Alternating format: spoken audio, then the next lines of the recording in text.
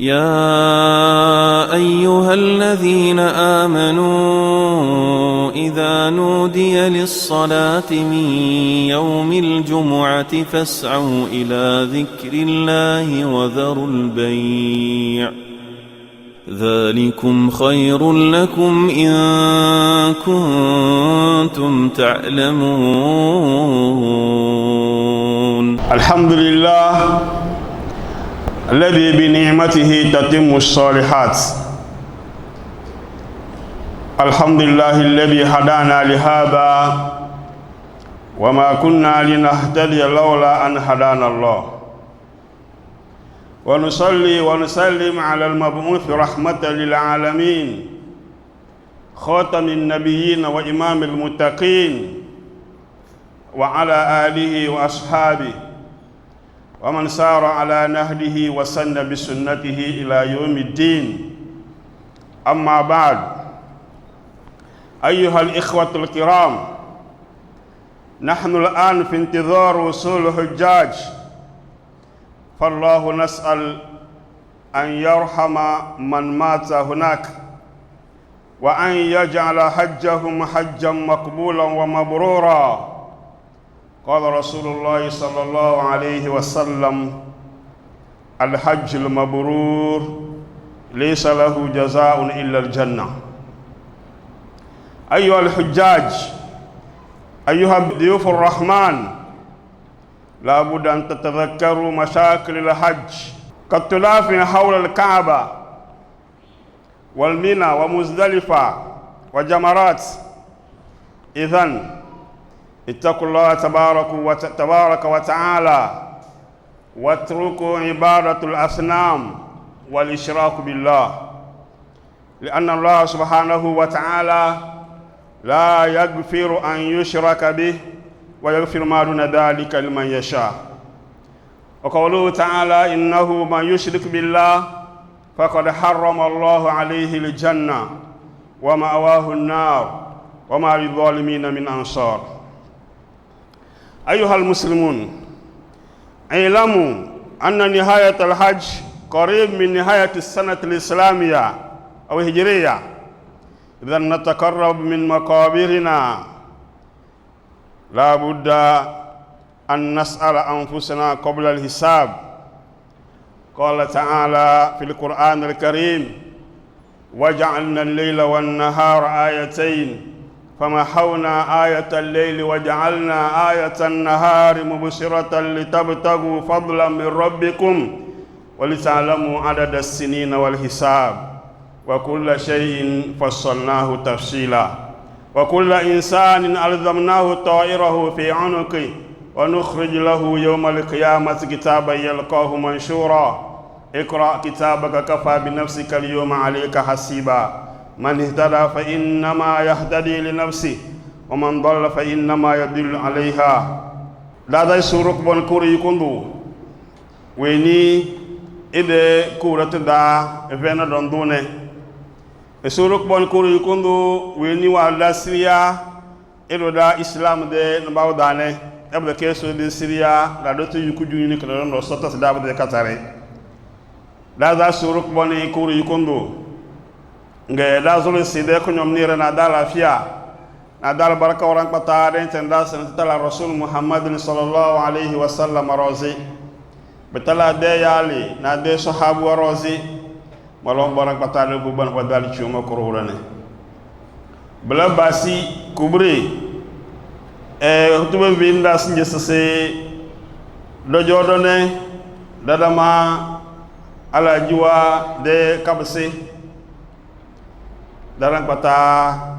dadama bade kabasi suru pon ko nda wana lafiya be lazumi suru pon sase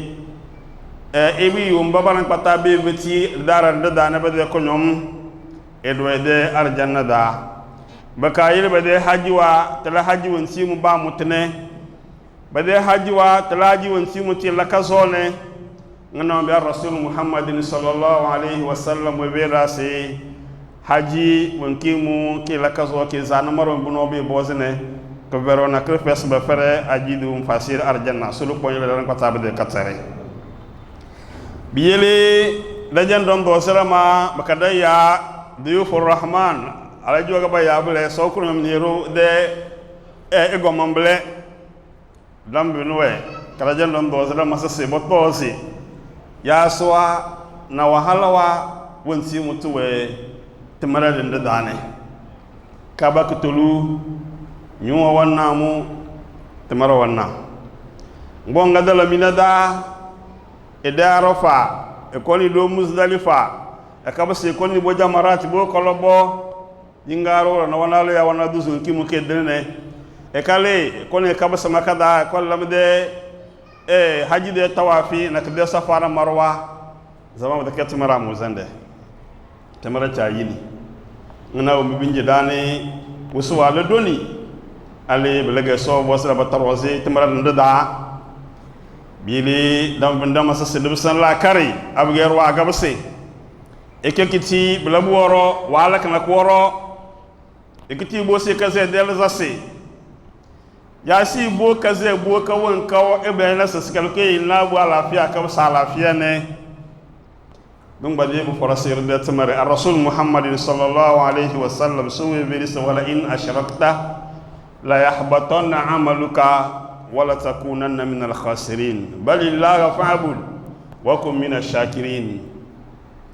سانيا الله نيالا لزو مون فرسي بيتمه بكان ورم ونيا دي خساره دنا دا سلو بون لا تي ونا خساره بينار وا غبسي كتي دي حاجي اني سو دين داره يسيل داسي اسو امتي دال قران جيل مانغ داسي ان موسو رك بون كوري كوندو مودن جن لو زودو irwa la isana kebele de kena tuba so tan jam amana bi mo suruk bon yi mbir wal ne suba kena lad ne so wan jam ngade se mate de mo trender da sa se wendi ran pata wa bona buru tasna mu suruk bon ne faqad harrama Allah alayhi aljanna suruk bon sar janna bi gisina bu doke alayka haramu de yuki e de ra vendo ne se fun moy nage liminda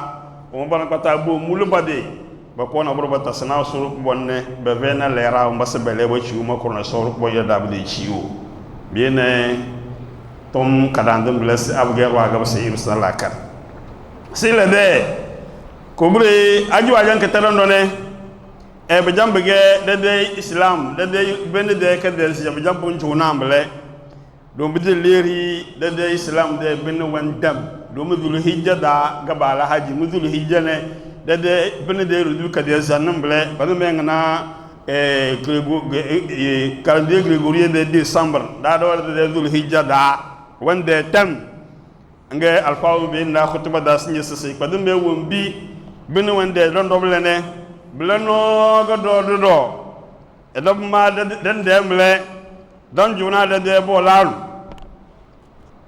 ngana wombi sun ko be trasat na kre nyen na bu jona badal haji ble ne blenoge irwongoni dunia da bujona se ya ido cho bili bi bozba woni ibozi ede ila di hisabi e bozi daga mawe bin wo zulumble ela yadi hisabi asibu anfusakum qabla an tuhasabu ba woni la de akonta nana ba kon balada akonta yo bin wo zulu alheru wontiga ma beza mala kama nasu mazuri ile bige ma sana suruk boni manjar madime se meyele kama da sama juna suruk boni do mede wuzu ba ma be na sama wuzu a bene blene ese yero jawon juna e debo la namble yero de wuzu am bene ke jankan ngabdu dum ke jankon juna e suruk pon ko yukundo e suruk pon ko yukundo fada be ko junini biele ko bri bombi mo sinye khutba waya da ku bi renamble hajiwa abegi go be le zase do mbado do ne unit lesrede wiziri ba matende yo de charda de chuna suruk boni na so de bota baka de lo mbe ta suruk pon solene e suruk pon mobile de ko nyomani e fada ko jundi tenje e ka bosoda chuma korore aljanna na lota aqulu qawli hada wa astaghfirullah li wa lakum wa lisa'il muslimina min kulli dhanbin fastaghfiruhu innahu huwal ghafurur rahim. الحمد لله الذي أرسل رسوله بالهدى ودين الحق ليظهره على الدين كله وكفى بالله شهيدا أحمده سبحانه وتعالى وأشكره وأشهد أن لا إله إلا الله وحده لا شريك له وأشهد أن محمدا عبده ورسوله صلوات ربي وسلامه عليه وعلى آله وصحبه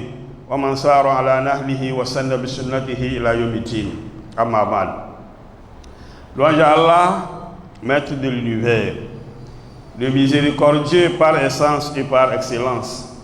Allah qui nous a fait don de la guidance vers l'islam, sans quoi nous ne serions être déguidés. Nous implorons sa paix, sa miséricorde et sa bénédiction infinie sur le noble messager Muhammad sallallahu alayhi wa sallam, sur sa famille, sur ses fidèles compagnons, sur tous ceux qui ont suivi leur pas et qui le suivront jusqu'au jour de la rétribution. Chers frères et sœurs en Dieu, craignons Allah d'une crainte sincère. Et nous devons savoir que actuellement, nous sommes dans l'attente de l'arrivée de nos pèlerins. Les pèlerins qui sont appelés les étrangers du tout miséricordieux. Frères et sœurs en islam, en premier lieu, nous allons demander à Allah subhanahu wa ta'ala de faire miséricorde à tous ceux, à toutes celles qui ont perdu leur vie dans l'accomplissement du dernier pilier de l'islam. Cette année, effectivement, la canicule, la chaleur, il y a eu tellement de décès. Donc nous demandons à Allah subhanahu wa ta'ala qu'il les classe parmi les pèlerins les jours de la rétribution et qu'il accepte leur pèlerinage, que leur pèlerinage soit un pèlerinage pieux et accompli. Comme l'a dit le messager Muhammad sallallahu alayhi wa sallam, le pèlerinage pieusement accompli n'a de récompense que le paradis. Frères et sœurs en Dieu, chers pèlerins, et rappelons-nous des difficultés, des problèmes, des bousculades, de tout ce que nous subissons au cours de l'accomplissement de ce grand pilier de l'islam, notamment autour de la Sainte Kaaba, où nous accomplissons les circumambulations autour de la Sainte Kaaba. Nous devons nous rappeler également les difficultés, les problèmes rencontrés à Mina, les problèmes que nous avons rencontrés lors de nos déplacements en allant à Arafat, revenir à Muzdalifa, et le lendemain, le jour de la fête, venir à Bermina, aller lancer les pierres à Satan, la lapidation. Ce n'est pas aussi facile que ça. Tout ceci, ajouté aux canicules que nous connaissons, rappelle les pèlerins à leur responsabilité en leur disant de craindre Allah subhanahu wa ta'ala dès leur retour et d'éviter surtout l'adoration des idoles, l'associationnisme, l'idolâtrie envers Allah subhanahu wa ta'ala, puisque dans le Saint-Coran, Allah a dit, certes, Allah ne pardonne pas qu'on lui associe quelque chose. Et dans un autre verset, il dit, c'est quant à celui qui donne des associés à Allah subhanahu wa ta'ala, nous lui interdisons l'accès au paradis, lui est interdit. Sa demeure éternelle sera l'enfer, point de secours pour les injustes. Puisque lors de leur retour, certains vont vouloir aller remercier, n'est-ce pas, leur petit Dieu. D'autres vont vouloir aller remercier leurs fleuves, leurs rivières, les charlatans qui leur ont permis, selon eux, de voyager en bonne et due forme. Frères et sœurs en islam, nous devons faire extrêmement attention à cette situation. La deuxième partie de notre sermon rappelle notre conscience que nous sommes actuellement proches de la fin de l'année islamique, puisque nous accomplissons le pèlerinage dans le dernier mois de l'islam, dans le dernier mois du calendrier musulman qu'on appelle Al-Hijjah. Al-Hajj Ashhurun Ma'lumat. Le pèlerinage est accompli, en un moment précis. Et justement, nous sommes dans ce mois qui est en train de finir. Et donc on nous rappelle, de la même façon que ce mois va finir, c'est de la même façon que nous aussi, nous allons finir un jour. On ne parlera peut-être pas de nous, ou même lorsqu'on nous appellera nos noms, on dit « Ah, tel avait vécu, tel avait vécu ». Frères et sœurs en islam, nous sommes en train progressivement de nous approcher de nos tombes, au même moment que nous grandissons, au même moment que certains fêtent leur anniversaire, au même moment qu'on pense que, alhamdulillah, j'ai grandi en âge, on est en train de s'approcher inexorablement d'Allah subhanahu wa ta'ala. Ceci étant, nous devons donc nous questionner. Chacun doit faire le compte de ses œuvres avant que nous soyons questionnés par Allah subhanahu wa ta'ala. Puisque dans le Saint-Coran, Allah nous l'a dit, Asa rabbukum an yarhamakum wa in utum udna wa ja'alna jahannama lil kafirina hasira. Inna hadha al-Qur'an yahdi lillati hiya aqwam wa yubashshiru al-mu'minina alladhina ya'maluna as-salihat anna lahum ajran kabira wa anna alladhina la yu'minuna bil akhirati a'tadna lahum adhaban alima. Frères et sœurs en Dieu, ceci étant, nous devons faire de notre mieux pour nous rapprocher plus d'Allah subhanahu wa ta'ala, afin que nous puissions améliorer nos œuvres, pour que le jour de notre rencontre avec Allah subhanahu wa ta'ala, que ce soit une rencontre acceptée par notre Seigneur, et que ce soit l'ouverture pour les portes du paradis, pour les pèlerins, et pour tous ceux qui n'ont pas eu la chance d'accomplir ce grand pilier, qui est le dernier pilier de l'islam. Qu'Allah fasse de nous des musulmans sincères, qu'il accepte nos œuvres, qu'il accepte nos actions, qu'il fasse que nous soyons parmi les pèlerins, ceux qui ont pu accomplir le Hajj, ceux qui l'ont déjà accompli, qu'Allah subhanahu wa ta'ala leur facilite la chance pour qu'ils puissent y retourner, et qui n'ont pas encore accompli le pèlerinage, qu'Allah leur donne les moyens et qu'Allah les appelle, et lorsqu'Allah les appelle, qu'Allah fasse qu'ils puissent accepter son appel. Brahmaski ya arhamar rahimin, ya rabbal alamin, ala wa sallu ala khair khalqillah, Muhammad ibn Abdullah. وكرمكم الله بذلك قال عز من قال تعالى وملائكته يصلون على النبي يا أيها الذين آمنوا صلوا عليه وسلموا تسليما اللهم صل على محمد وعلى آل محمد كما صليت على إبراهيم وعلى آل إبراهيم إنك حميد مجيد اللهم بارك على محمد وعلى آل محمد كما باركت على إبراهيم وعلى آل إبراهيم إنك حميد مجيد وارض الله عن الخلفاء الأربعة أبو بكر الصديق وعمر بن الخطاب وعثمان بن عفان وعلي بن أبي طالب وعن الصحابة أجمعين وعن التابعين والتابعين لهم بإحسان إلى يوم الدين اللهم أعز الإسلام والمسلمين وأذل الشرك والمشركين ودمر أعداءك وأعداء الدين وانصر المجاهدين في كل مكان اللهم آمنا في أوطاننا وسلامتنا ولاة أمورنا وجعل ولايتنا في من خافك واتقاك واتبع رضاك يا رب العالمين اللهم لا تدع لنا في مقامنا هذا ذنبا إلا غفرته ولا هما إلا فرجته ولا دينا إلا قضيته